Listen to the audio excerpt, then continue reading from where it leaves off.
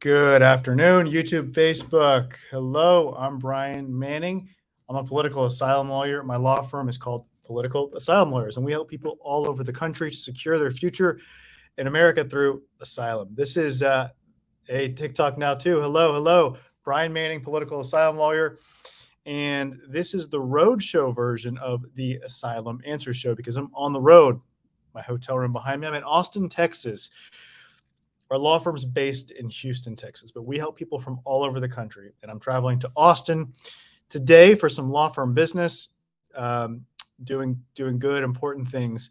And I love it. I love serving our clients wherever they may be, wherever they need help.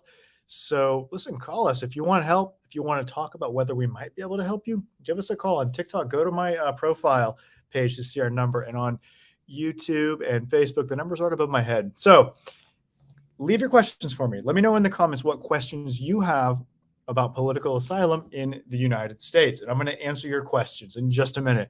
But first, I want to address a good question that came up the other day that I want to say a bit more about. And then I'm going to get to your questions. Go ahead, leave your questions for me, though, in the comments. Say hello. Let me know where you are, like where you're watching from, where you're from. And I will be happy. Yeah, go ahead, ask it. Ask your questions. Yes. That's what we're here for. That's what the Asylum Answer Show is all about, getting your asylum questions answered. Tell me where you're watching from. And if you want to tell me what country you're from too, great. Hello, Simple Life over on YouTube. Thanks for saying hello. I got a rug. Hello. Good afternoon. Hey, guys. So let me say a couple words before we get to your questions. On the asylum application form, near the top of page 5, there's a question that says, check the box for basically why you're seeking asylum, or what is your basis or your ground for seeking asylum. And there's 6 different options, okay? And you can select one or more. You need to select at least one, but you can select as many as you want, as many as you think are relevant to your case. And 5 of them it says the words race, religion, nationality, political opinion, and then membership in a particular social group. Now, those are the 5 protected grounds. Those are 5 protected characteristics under U.S. asylum law. To win asylum, you have to show that the persecution, the harm, the bad things are motivated, at least in significant part, by the fact that you, asylum applicant, possess one of those 5 protected grounds, or at least the bad guys think that you possess one of those grounds, okay? So that makes sense. The question is like, hey, what kind of asylum case is this? What is the persecution in your case based on? Okay, what is the nexus to the protected ground? But then there's this 6 box, and it's not altogether clear what it's doing there, what it means for your case, why it's included at all. It says 2 words: torture convention. Okay, it just says torture convention. Why is it there? What does that mean?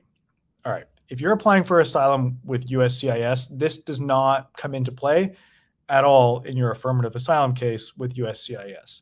USCIS is only analyzing at your asylum interview. They're only analyzing your eligibility for asylum. However, in immigration court, the immigration judge is, in addition to looking at whether you qualify for asylum, they're looking at whether you might qualify for relief from removal, or basically the right to just be able to stay here legally.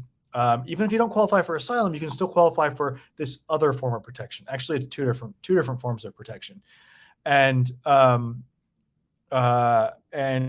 it's, well, there's a couple different bases actually. But one of the things the judge can give you is what they call relief under the Convention Against Torture, and abbreviate or reworded in this context in the form I-589 asylum application as torture convention. So what the asylum application form is asking you is, hey, do you also want protection under the torture convention? It's sort of like asking, in the event that the judge says you're not eligible for asylum, do you want the judge to consider whether you still might be able to stay in the United States, even if you don't get asylum, based on this other thing? What is the other thing? It's the United Nations Convention Against Torture, which says that the U.S., because the U.S. government has signed this treaty and it applies for us, it says that we, the United States, will not send someone back to a country where they're likely to be tortured, okay? And so you might be able to stay here based on that, even if you don't qualify for asylum. Because remember, there's lots of reasons why you might not qualify for asylum. For example, the judge may be convinced that you're in trouble and that you're at grave risk and you're going to be harmed. You're going to be tortured or killed. That something really, really, really bad is going to happen to you. But you might not qualify for asylum. Why?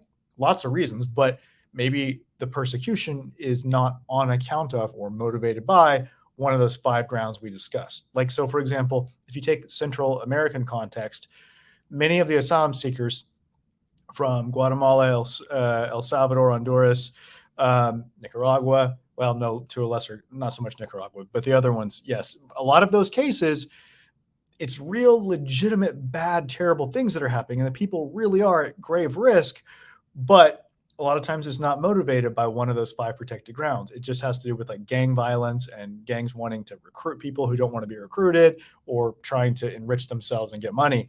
And so those people very often don't qualify for asylum because the persecution is not based in one of those, rooted in one of those 5 protected grounds: race, religion, nationality, political opinion, and membership in a particular social group. However, if the judge is convinced that you are going to get tortured or killed, then they can give you this torture protection, which a couple of things about it, though. It has to be either done by the government. It can't be like private actors. It can't be just random people. It has to be people who work for the government. Or it has to be, it can be a private actor, meaning non-government, if the government will basically turn a blind eye to the torture. If the government will, technically the words under the analysis of this law are, if the government will consent or acquiesce. Basically, it means that the government's going to just turn a blind eye. So if the government is going to do the torturing or help the bad guys do the torturing, or basically like knows that they're going to do the torturing and just doesn't care about it, won't do anything about it to help you, and turns a blind eye, then you could qualify for protection under the Convention Against Torture. What do I mean when I say protection? This was a question on YouTube already, so I'll address it from Anu Chandra, which says, torture convention, does it mean just EAD and no green card with TPS? So what does it mean if you get withholding, or it's called withholding or deferral of removal under the Convention Against Torture, or another kind of withholding of removal, kind of complicated, but basically, if you don't get asylum, but you get one of these other forms of protection because the judge believes that you're at grave risk, then what do you get? You get to stay here and you get a work permit. That's it. It's not as good as asylum. Why? With asylum, that's a path that sets you on the road to get a green card, to get permanent residence, right? Because 1 year after you've been in the United States for 1 year, after having won asylum, you're eligible to get your green card based on your asylee status. And then you can, 4 years after you get your green card, you're eligible to apply for U.S. citizenship. So it leads to a green card and potential U.S. citizenship. Asylum does.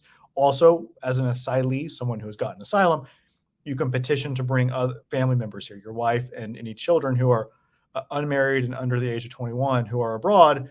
You can petition to bring them here, and they can stay here and have asylee status like you on the basis of your asylum. But this protection under the Convention Against Torture does not come with those benefits. It doesn't lead anywhere.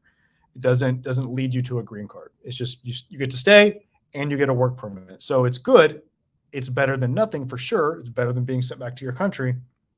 And it's good that you get to work, but it's not nearly as good as asylum. So let's back up though. If you're submitting your application in immigration court, like, you definitely need to check that box that says torture convention if you fear being tortured, or worse. At the asylum office, should you check it? Since, should you check that box, since I just said it doesn't really apply at the asylum office. Like, the asylum officers cannot give you protection under the torture convention. They're just looking at asylum. And if you don't qualify for asylum and you don't have legal status at the time that they make that negative decision, they're going to send your case to immigration court. That's where this torture convention thing becomes relevant. So if you're applying at the asylum office affirmatively for asylum, should you check that box? Yes. If you do fear that you're going to be tortured or worse in your country, then you should check that box, in addition to at least one of the other 5 boxes, which represent the 5 protected grounds under U.S. asylum law. Okay. So that's what that box is. A lot of people are like, wait, what is this? What does torture convention mean? So now you know. All right. All right. Let's go to the questions. All right. On TikTok Alpha, 001 says, hey, buddy, how long after approval can I apply for a green card? So I assume you mean asylum approval. So this is a little bit tricky. Go to my YouTube channel, please. I posted a few days ago a pretty detailed video about this. My YouTube channel, for those of you who don't know, those of you watching on TikTok, Facebook, go to my YouTube channel. That's where my good stuff is, okay? That's where my detailed videos with lots of information and some full-length trainings, they're going to help you drastically, in my opinion, increase your chances for success in your asylum case, okay? Lots of some good free trainings, some detailed videos with information you need. My asylum, the YouTube channel is called Political Asylum Lawyers. Go to YouTube and search Political Asylum Lawyers and subscribe, okay? So it's complicated, Alpha 001. You technically can apply. This is a recent policy change. A few weeks ago, USCIS said, okay, actually, you can apply after you get asylum. You can apply as soon as you want. You don't have to wait 1 year to apply. However, USCIS cannot actually grant you the green card until you have been physically present in the United States for at least 1 year after winning asylum.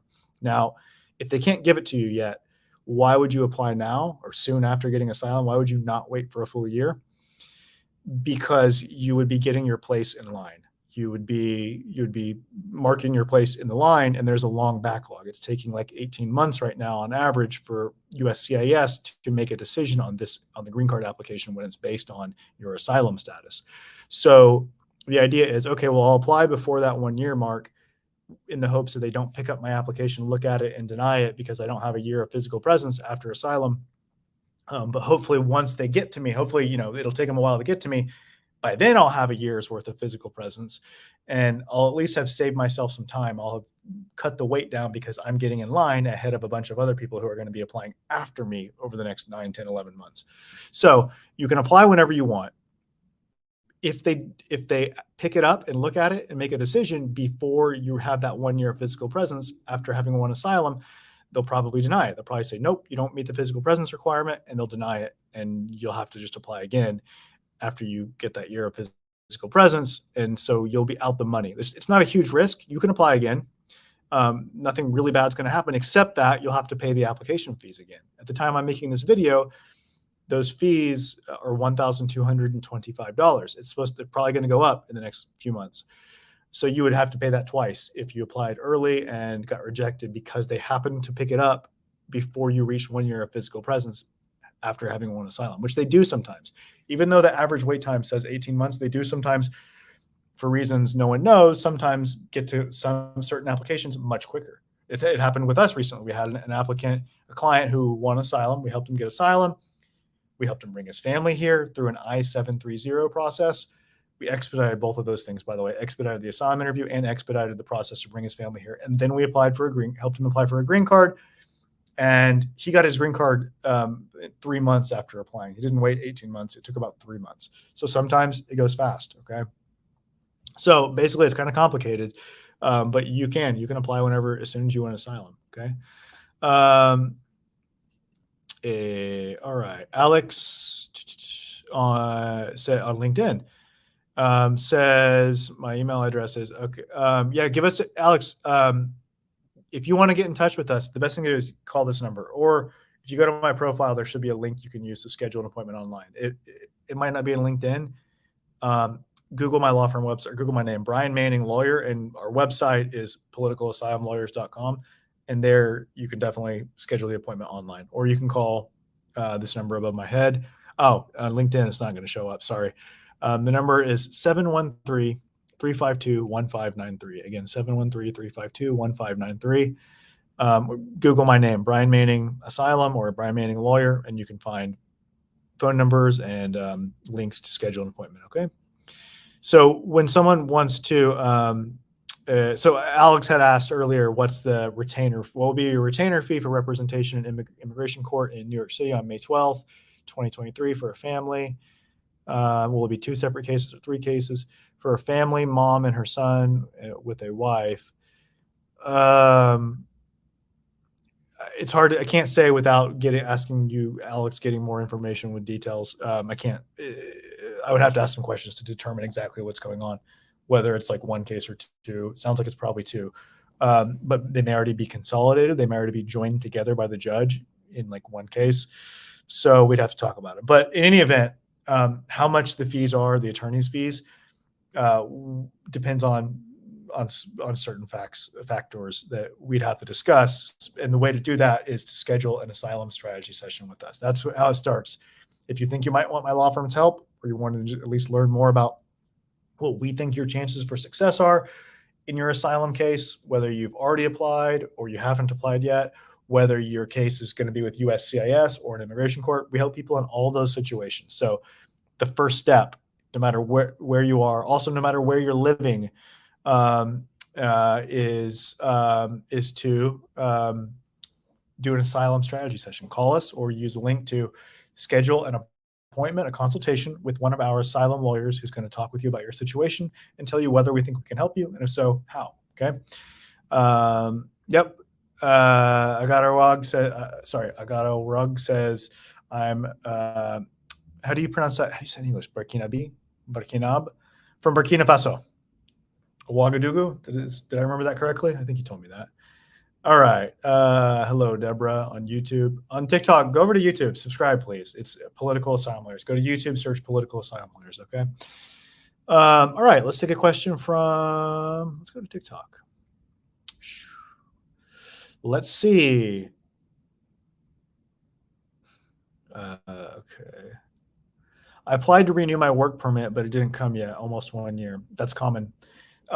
It's taking like more than 18 months on average for USCIS to issue the renewal for a work permit that is based on your pending asylum case. The first time that people apply for the work permit, it's usually going very fast. Most people get that like a month or two after applying. But for the renewal, like to get another one after you've already had one or more, it's taken a long time. Okay. However, the good news is that after you applied, if you applied while your old one was still valid, you sent in the application for the renewal while your old one was still valid, the receipt notice that you got should have said that your old one is automatically considered to be extended for a long time. I think it's at least 18 months. So check the receipt notice letter that you got for the renewal application, and it should say that your old one is considered valid for a longer time, even though the dates on the actual card itself may look like it's expired. It's still technically valid, meaning you can work legally. You can show that receipt notice to any employers or potential employers to show them that you have the right to work legally, because as long as you're still in that period, then you do, okay, have the right to work legally. All right. So Shanavaz Khan says on YouTube at the Political Asylum Lawyers YouTube channel says, sir, I applied for asylum in 2016, but I still haven't gotten an interview.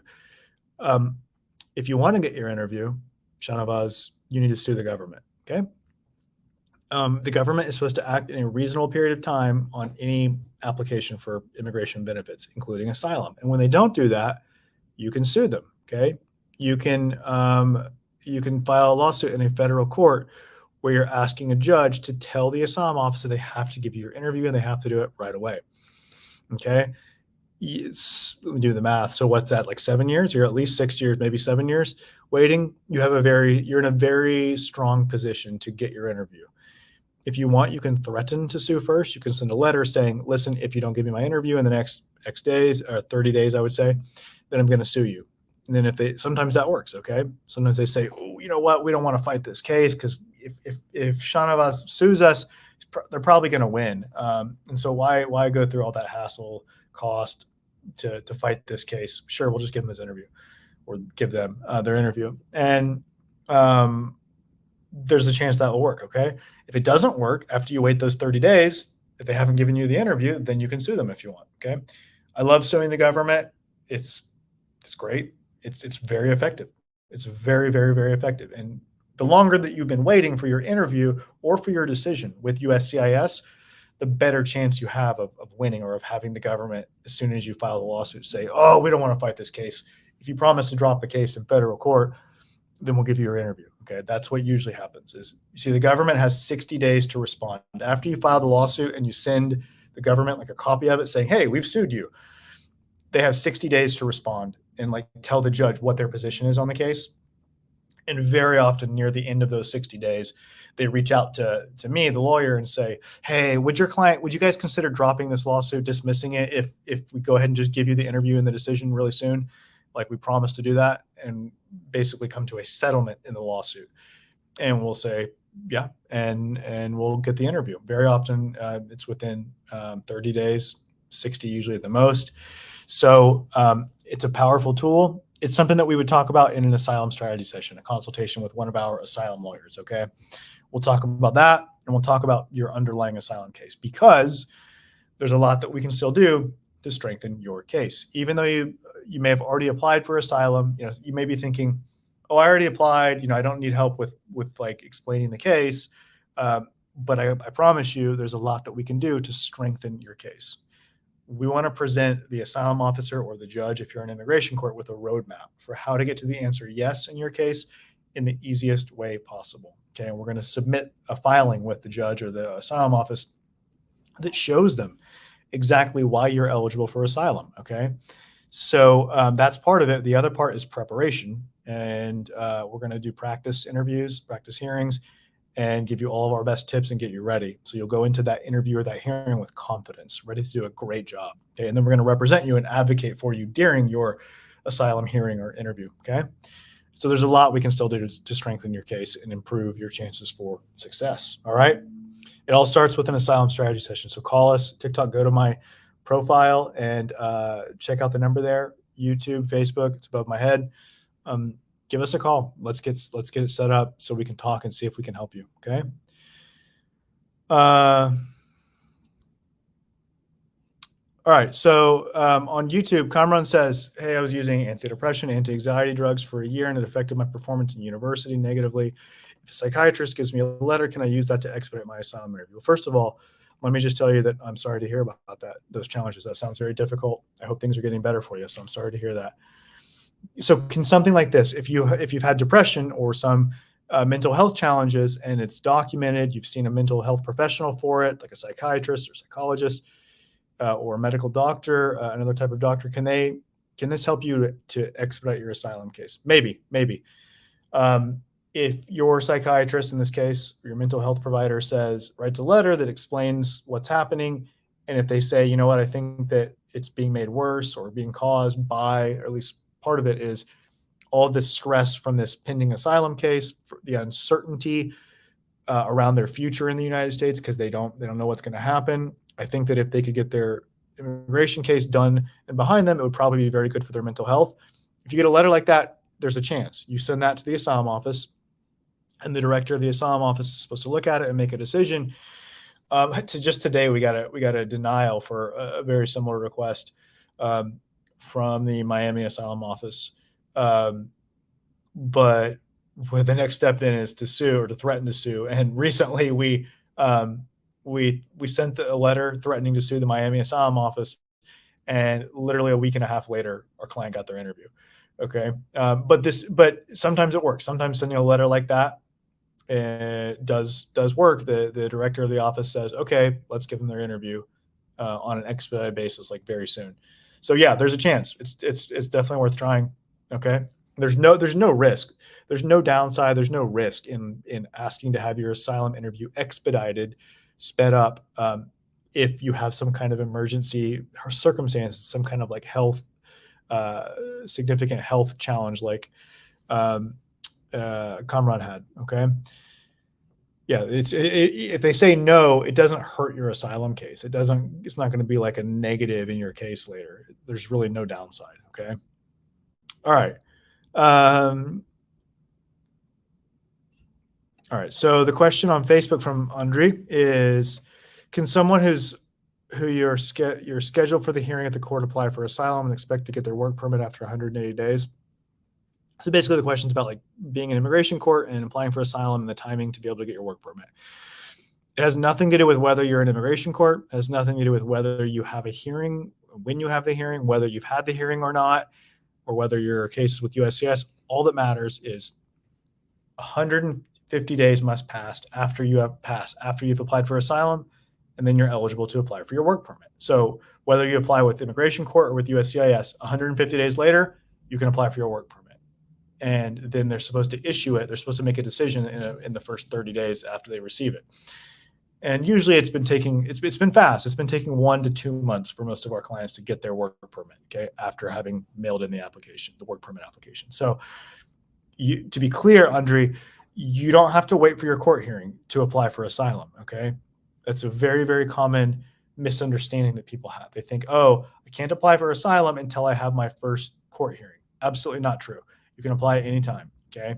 If your case is pending in immigration court, then you're going to file your asylum application with the immigration court. You can mail it to your immigration court, or you can physically print it out and you can take it in and hand it to the clerk at the little window, the check-in window just inside of security, okay? And they will accept it and stamp it, and it'll be filed. And then 150 days after that, you can apply for your work permit. It doesn't matter whether you've had a hearing or not.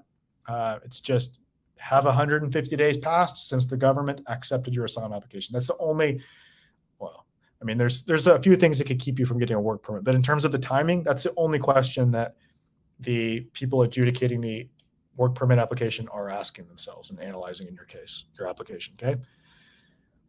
So that's how that works. So yes, Saeb Amar says, more than 8 years and no interview. Please, can you help? Yeah, probably so. Probably so. I have high confidence that if you've been waiting 8 years for your interview, if we threaten to sue the government, there's a pretty good chance that will be successful. If it's not successful and we actually sue the government, I have high confidence that that will be successful. You have a picture of the Golden Gate Bridge. Amar, where are you? Do you live in the San Francisco area? If so, we just recently had success with suing the San Francisco Asylum Office for someone who had been waiting 8 years, just like you. And 2 or 3 days after we sent the copy of the lawsuit to USCIS, they scheduled the interview. And then they called us, or they emailed us and said, okay, we scheduled the interview. Can we drop the lawsuit? Can we, or actually we put it on, it's like a pause. We put it on pause. And our client had her interview. Okay. And she should be getting her decision any day now. Okay. So at 8 years, yeah, I have high confidence that you'll be successful if you threaten to sue. And if you actually sue, I have high confidence that you'll be successful, because really the only question that the federal judge in federal court has to answer is this delay reasonable? Is 8 years a reasonable amount of time to wait? And it's not. It's absolutely not. Really, anything outside of 1 year starts to be kind of not reasonable.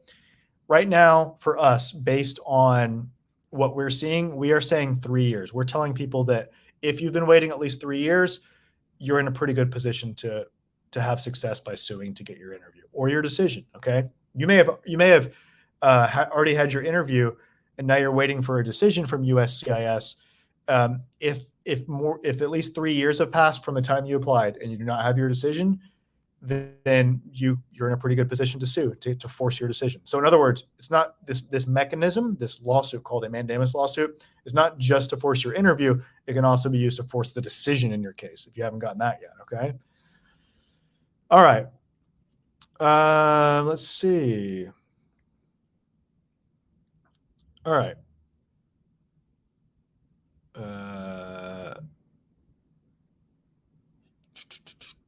Anu says on YouTube at the Political Asylum Lawyers channel says, how much is the cost of suing under 1,000 or over 1,000 to get an interview within 60 days? Well, there's no guarantee on the timeline. It could be under 60 days. It could be more, but usually it's maybe 60 to 90 days. And how much is it? Well, the government filing fee is, I think, $410 to file a lawsuit in federal court. If you're asking what are the attorney's fees, we charge more than $1,000. We charge just under $5,000, but with payment plans available right now. At the time I'm making this video, it's probably going to go up soon, because it can end up being a lot of work, and it needs to be done very, very carefully. And in federal court is no joke. Okay. They expect a lot of lawyers. There's high expectations for lawyers. It's not like USCIS and immigration court. There's a lot of clowns. I don't know if you guys know this, but there's a lot of clown immigration lawyers running around filing things at USCIS and immigration court, people that shouldn't be doing things they're doing and that don't do a very good job. But it's a much more serious game in federal court. So you got to do that stuff right. We want to do everything right, no matter where we're filing it. But I'm just saying it can be a lot of work. All right. All right.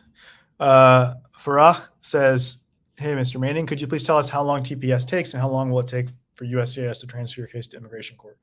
Well, you mean how long does it take to get the TPS approved or a decision after you apply?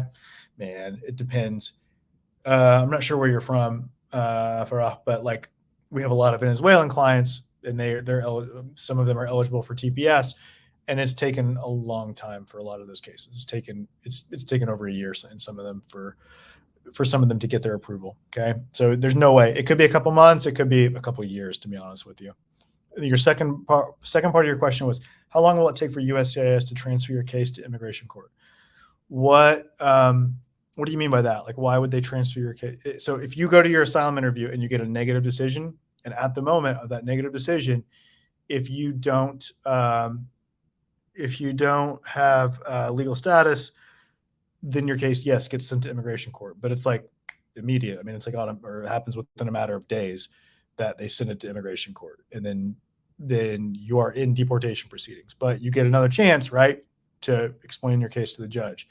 When you will actually have your first hearing in immigration court, there's no way to predict. It just depends on the judge that you're assigned to, or the judge that's assigned to you. Some of them have availability and open dates on their calendar very soon, especially the newer judges. But some of the older ones who have been around, or the ones who have been around longer as judges, they're backed up for like years. You might not have your first hearing for years. Okay. All right. So on YouTube, we got this question. This is, Brian, you mentioned the work permit enables me to work anywhere in the States, but wouldn't it create a contradiction and affect my asylum case? How would it affect your asylum case? If you move to go work somewhere else, then you need to tell USCIS. You need to do the online AR11. That's the form that tells them, hey, I've moved. And you need to send a copy of that PDF notification that you get as a result of that. You need to send that to the asylum office where your case is currently pending. And if you have moved into the jurisdiction of another asylum office, the old asylum office will transfer your case to the new one. But it's not going to hurt your case. It's not a negative thing. It's not a problem. So no, I mean, it doesn't create a contradiction. It doesn't affect negatively your asylum case. It's fine. You can move. You can work, and once you get your work permit, you're allowed to work in whatever industry you want and wherever you want in the country. Okay, not a problem. Oh, Farah said he's from Somalia, from the Horn of Africa. Farah, I used to live in Minneapolis, Minnesota, and there's a very large Somali community there that was great to get to know some of them, and some really good food, some great Somali restaurants in Minneapolis. Cool place. Let's go to TikTok and see what questions we've got over there. When are you announcing the $10,000 prize winner? You may have the wrong person. I didn't start any contest for $10,000. Okay. All right. Let's see. What do we got? All right.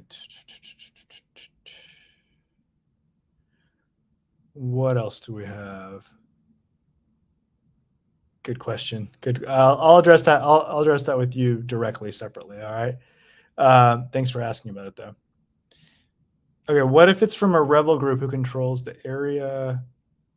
Maybe there was a first part of that question I missed, but like if you're afraid of being harmed by a rebel group that controls the area where you live, can you get asylum? Not based just on that. I'd have to know more, like about the circumstances and the facts, to tell you whether I think that we might be able to make a good argument that the persecution is on account of one of the 5 protected grounds. Remember, they're race, religion, nationality, political opinion, and membership in a particular social group. It could fall under political opinion, could fall under race. It could fall under any of them, actually. It's just with asylum cases, it can be really complicated. So I have to ask questions, or one of my attorneys who does the asylum strategy sessions has to ask you a lot of questions to really analyze and investigate and see whether we think we can make a good argument that the persecution is on account of, or like motivated, at least in significant part, by one of those 5 protected grounds. Okay. Sometimes it is, even though it might not seem like it. Sometimes people think like, oh no, it's not my race, religion, nationality, political opinion, or social group, so I'm not going to win. In reality, it is, or it may be in reality, because they don't always mean the things that you might think they mean. Some of them are flexible. Some of them, that social group one, there's a lot of room for creativity and flexibility in that. Okay, and political opinion, for example, can be very broad. It can include things that you wouldn't probably think of as like, oh, that's not a political thing. Okay, so the point is, you should talk to an asylum lawyer about it. Okay. All right. Let's see.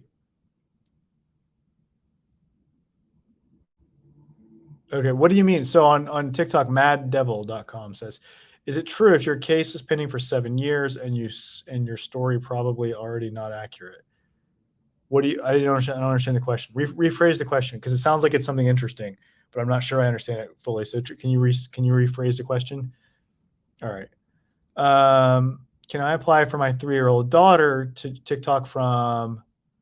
We've got. Can I apply for my 3-year-old daughter to join me while I'm waiting for my interview? No. Unfortunately, there's no kind of visa or status that they can get to be able to join you. Unfortunately, I know that's tough. It must be. I'm sorry that you're separated. That must be extremely hard. So I'm sorry you're in that difficult position. Um, no, no. Once you win asylum, then yes, there's a process called, you do it through Form I-730, but it takes a long time. From the time that you apply, it's taken the government like I think 20 months on average to make a decision on those, and then there's some processing time involved for your family member abroad. So it takes a long time. I'm sorry to tell you. If they have a visa, they can try to come here. Like if they have a tourist visa already, they can try to come. They might not be let in because the government may know, oh, your mom or your parent is here seeking asylum. Therefore, we think you just plan to stay with them and that you're not really coming for tourist reasons, and they might not let them in. Okay. By the way, if they were to go to try to apply at a U.S. embassy or consulate for a tourist visa or any other non-immigrant visa, like a short-term visa that is supposed to just be for a short visit, the visa officer, called a consular officer, they might know that you've applied for asylum, and therefore that might be a reason for them to deny the visa application of your child or spouse. I used to be a diplomat, and before becoming an asylum lawyer, I was a asylum officer, right, with the Houston Asylum Office for USCIS. But before that, I was a diplomat, and in that capacity, I did visa interviews. I worked for a while as a consular officer, doing the visa interviews. And back when I did it 10 years ago, we did not know that someone had applied for asylum. That kind of information wasn't shared from Department of Homeland Security over to the Department of State, where our diplomats work. We didn't know that. It wasn't included in the info that we had. However, just the other day, I had a client tell me that the consular officer denied his wife. He's here, he has an H-1B visa, and she was trying to get that kind of visa to come here and be with him based on his H-1B visa. And the officer, her visa interview abroad, said, nope, I see that your husband has sought asylum in the United States. I'm not going to give you a visa. So maybe that's changed. I guess I wouldn't be surprised if that was a Trump administration change, that now the visa officers are getting that kind of information about who's applied for asylum. So you may want to consider that they may know. Okay. Over on Facebook, David Bravo says, I have no questions today, LOL, but I wanted to say thank you and also say I'm present here in your show. As always. Yeah, David, you've been showing up every day recently, both in English and Spanish. Nicaraguense, good to see you here. Thanks for joining us. Let me know if questions do come up. All right. All right. On Facebook, Samson says, hey, Brian, is there any way a company I work for could help me with my asylum process? Or is there anything they can do on my immigration status if they're willing to do so? Okay. Let's take the second question first. If you're an asylum applicant, can an employer petition or make a request for you to get immigration status through your job? Maybe. It's complicated. It's tricky. It's tricky. I don't do it. I don't do, that would be like employment-based, business-based immigration, which I don't do. So I'm not the proper person to really give you an answer with high confidence. You should talk to an immigration lawyer who focuses on business-based immigration to get that kind of answer, to get an answer with either certainty or at least a high level of confidence in the answer. So yeah, I can tell you it depends on some stuff, and even if we have all the facts nailed down, it's still a little bit vague and unclear sometimes. So anyway, let's go to your other question, which is there anything the company that you work for can do to help you with your asylum process? No, no, unless they have information about your case, your claim, like what it is that's happened to you, or why you're afraid to go back, or any threats against you, or the fact that you possess one of the 5 protected grounds. Like if they know something that's directly relevant to your case, then yeah, they could write a letter for you, or an immigration court. Maybe someone could even testify during your hearing. But other than that, that's pretty rare, right? So, but other than that, no. Like just the fact that like you have a job, let's say it's a good job, a prestigious job or something, is that going to help you? No. I mean, people often want to like include a bunch of information about that. About, look, I've had a steady job for several years in the United States. It's a prestigious job. I've involved in community functions. I do community service. I help people. I have a clean record. I'm a great father. I'm a community. I'm a pillar of my community. All that stuff that basically says, look, I'm a good person. That's great, but it doesn't really help you in your asylum case. I would not include information about any of that, and I would not try to bring it up at the interview, try to force it into your interview, because the officer doesn't really care about that. That's actually a major misunderstanding that people have, is that people applying for asylum, understandably, that this is hard stuff. It's foreign, it's hard stuff, it's complicated. They don't really know what the asylum officer wants or what the asylum officer needs to analyze the case and make a decision. So they have certain things that they want to express, like, I'm a great person. Or maybe there's things that really seem relevant about back in the home country, but really they're not. Like, you think they are, but they're not. So an asylum lawyer, an experienced asylum lawyer, can help you to understand what the important things are and what things to focus on in your application, in the personal statement or declaration that you write, and what kind of evidence to get to support your case, and what things that you want to try to focus on in the interview. Okay. Earlier we were talking about moving, how with the work permit you can work anywhere in the United States. And so the person followed up and said, I mean, would it be a conflict or problematic working in a different state without moving the case? You say working in a different state. The question isn't where you're working. The question is, where do you live? If you move, if you stop living in the old place and move to the new place, you don't have any choice about whether the case moves. You just tell USCIS, I moved, and then they automatically transfer your case. You don't have an option. You don't get to say, oh no, I want my case to stay back there, or I want my case to go here. It just goes by where you live. So if you move for the new job, then your case is going to move with you. If you move into the jurisdiction of a new asylum office, you don't tell the asylum office, I want to move my case. You just tell them, I moved, and they look at your new address and they say, is this covered by his current asylum office, or is it a new one? Oh, it's a new one. Okay, we're transferring the case there. Okay. It's different in immigration court. In immigration court, they don't automatically change your case when you move. You do need to inform the immigration court using form EOIR 33. You have to inform them that you moved, but it's not automatic change of venue. They don't automatically transfer your case to the new court. Okay. It stays with the old one unless you specifically ask the judge to move it and the judge agrees. Usually they do. Usually if you say, Judge, I moved, can you transfer the case to the new place? Usually they say yes. Not always, but usually. Okay. All right. Okay, good question. Redbird on TikTok, or Reddybird on TikTok, says, is it true that currently USCIS is only interviewing asylum seekers from Afghanistan? No, it's not true that they're only doing that, but they are focusing on them. Okay. So regarding timelines for getting your interview with USCIS, for a while, most of our clients were getting their interview very soon, like within 2 or 3 months of applying.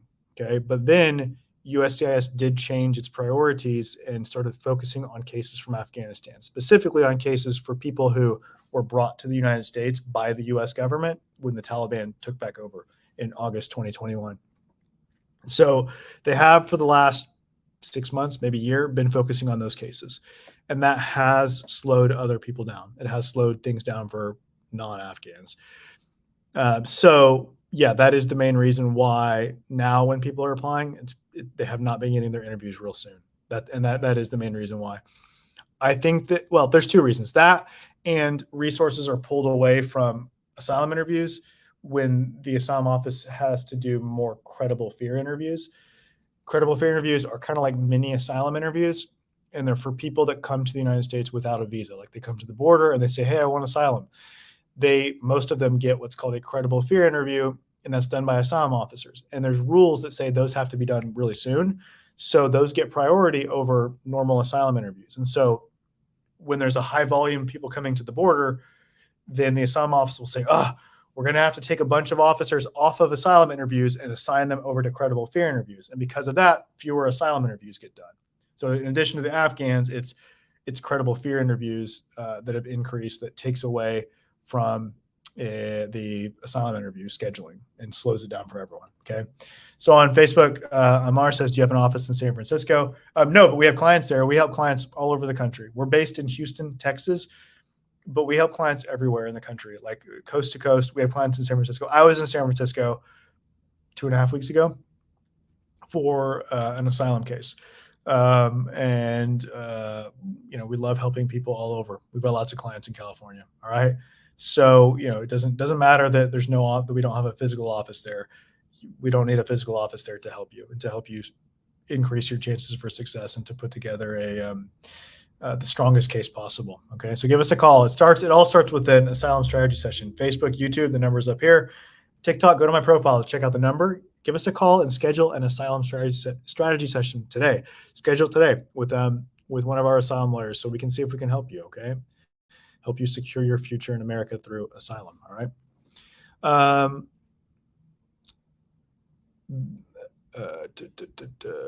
Okay, nice. All right. My work permit is expired and I'm still working. Is there any problem for my asylum case? So did you apply to renew it? And if so, did you apply before it expired? If so, then like the person we talked to earlier, you probably got a receipt notice letter that said, oh, okay, thanks for applying. We're going to get to it eventually, but for now, we're extending the validity of your old work permit for like 18 months or for a certain amount of time. So maybe you're still okay. Maybe what I'm saying is it may be the case that your old work permit's actually extended and you didn't realize it. So go look at the receipt notice, okay, for renewal if you applied to renew. But let's just say to try to get to the heart of your question of like, is it bad for your asylum case if you work without permission? No, it doesn't. It doesn't negatively affect your asylum case. It can complicate other immigration things later, but thankfully it does not negatively affect your asylum case. So that's good news. Okay. Okay. So we had it says after a negative CFI, the immigration judge vacated the decision. I'm not able to submit asylum. Why?